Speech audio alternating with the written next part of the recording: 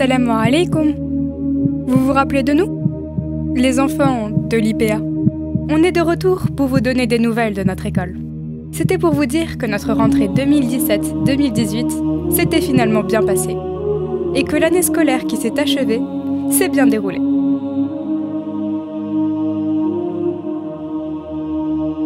Comme vous le savez déjà, nous étions dans une situation très compliquée en juin 2017. L'obligation pour nous était d'acheter le local dans lequel nous sommes. Nous devions alors réunir 360 000 € ou bien déménager, au risque de ne pas pouvoir assurer la rentrée suivante. 360 000 € à collecter en quelques semaines seulement, c'était impensable. Du coup, tout le monde était inquiet. C'était un coup très dur parce que cette école, que des personnes ont mis des années à créer, à construire, à développer, ne devait pas fermer. Si Alif venait à fermer, ça serait une catastrophe pour toute la communauté de toulousaine. Parce que c'était quand même le seul établissement dans tout le sud de la France et qui a donné aussi la possibilité à toutes ces filles qui, du jour au lendemain, suite à la loi de la laïcité, se retrouvent déscolarisées, de pouvoir enfin intégrer un établissement. Je me suis demandé ce qu'allaient devenir nos enfants. Pour nos filles, est-ce qu'elles allaient devoir enlever leur hijab? À Toulouse, c'est le seul collège musulman, donc je me suis dit, si elle y fermerait, je serais obligée d'enlever mon foulard pour les autres écoles. Le sentiment que j'ai ressenti quand j'ai su que l'école allait peut-être fermer, j'étais stressée. En fait, j'avais peur. Je savais pas comment réagir. J'y croyais pas en fait parce que je me disais que c'est impossible que le collège puisse fermer, et sauf qu'il faut voir la réalité en face. Pour moi, c'était la fin.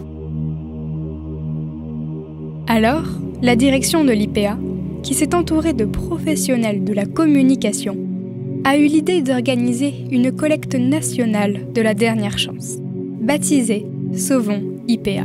Lorsqu'on apprend qu'une campagne de communication va être mise en place, tout de suite on se sent un peu rassuré. On est toujours très inquiet, mais rassuré. Pourquoi? Parce que on sait que nous avons à nos côtés des professionnels qui vont nous aider. C'était une lueur d'espoir qui apparaissait au loin. Pour moi, c'était une deuxième chance pour nous, et j'avais de l'espoir encore. J'avais de l'espoir, je me disais que c'était pas fini, qu'on avait une deuxième chance pour que l'IPA ne ferme pas. Une idée ambitieuse qui a fini par mobiliser des centaines de personnes à travers la France. Une quarantaine de mosquées dans tout le pays s'est ainsi montrée solidaire le 9 juin 2017, en rassemblant ses bénévoles pour collecter les dons et sauver notre école.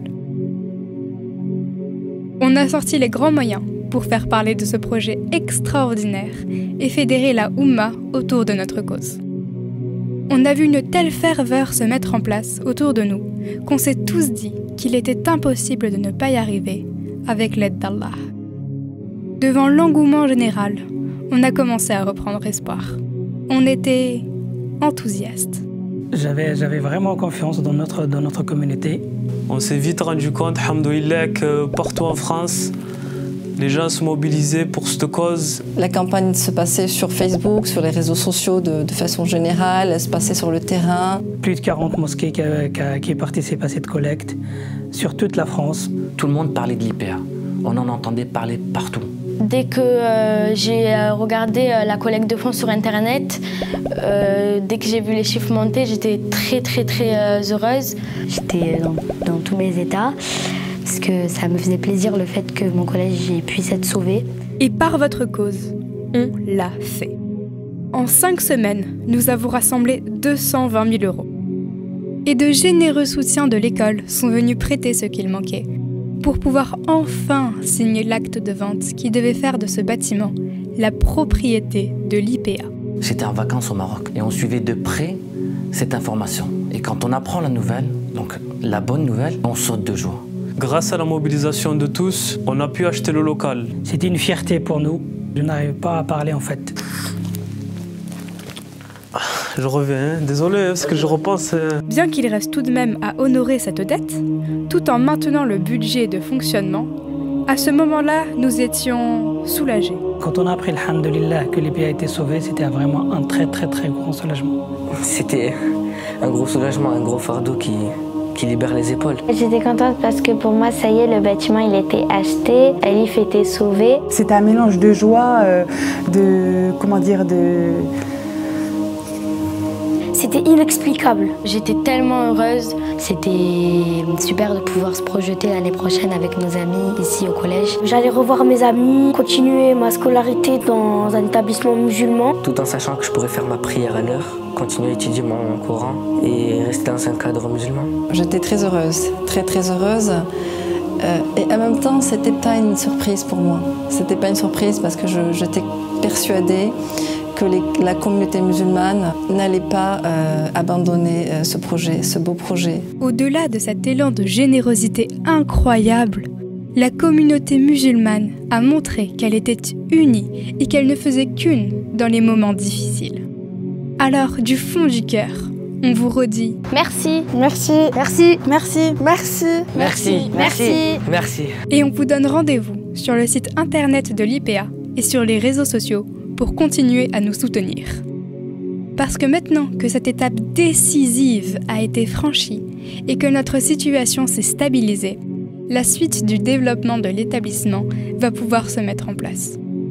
Et nous comptons sur Allah, puis sur vous, pour nous aider à faire de notre école un établissement scolaire musulman de renom. On a gagné la première bataille, mais il faut continuer, il faut absolument persévérer puisque nous avons encore d'autres objectifs. Et c'est pour cela qu'on continue, nous, aujourd'hui, à solliciter la générosité de la communauté, à demander votre aide qui était très précieuse pour nous durant toutes ces années. Et on va peut-être en abuser un petit peu. Notre école est depuis sa création un établissement hors contrat et ne reçoit aucune subvention. Et les seules cotisations scolaires payées par les parents ne permettent pas pour le moment d'atteindre nos objectifs. Pour nous soutenir durablement dans notre démarche ambitieuse, devenez donateur régulier en rejoignant les nombreux adhérents qui ont décidé de supporter notre école à travers l'opération J'adhère à l'IPA. Sur le site internet de l'école, en cliquant sur « Nous soutenir », vous trouverez une interface sécurisée qui vous permettra en 5 minutes de mettre en place un prélèvement bancaire mensuel.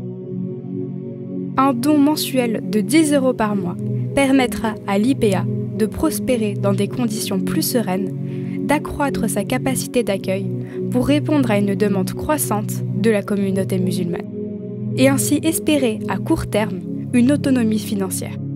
Vous l'aurez compris, votre don est précieux. Qu'Allah vous récompense.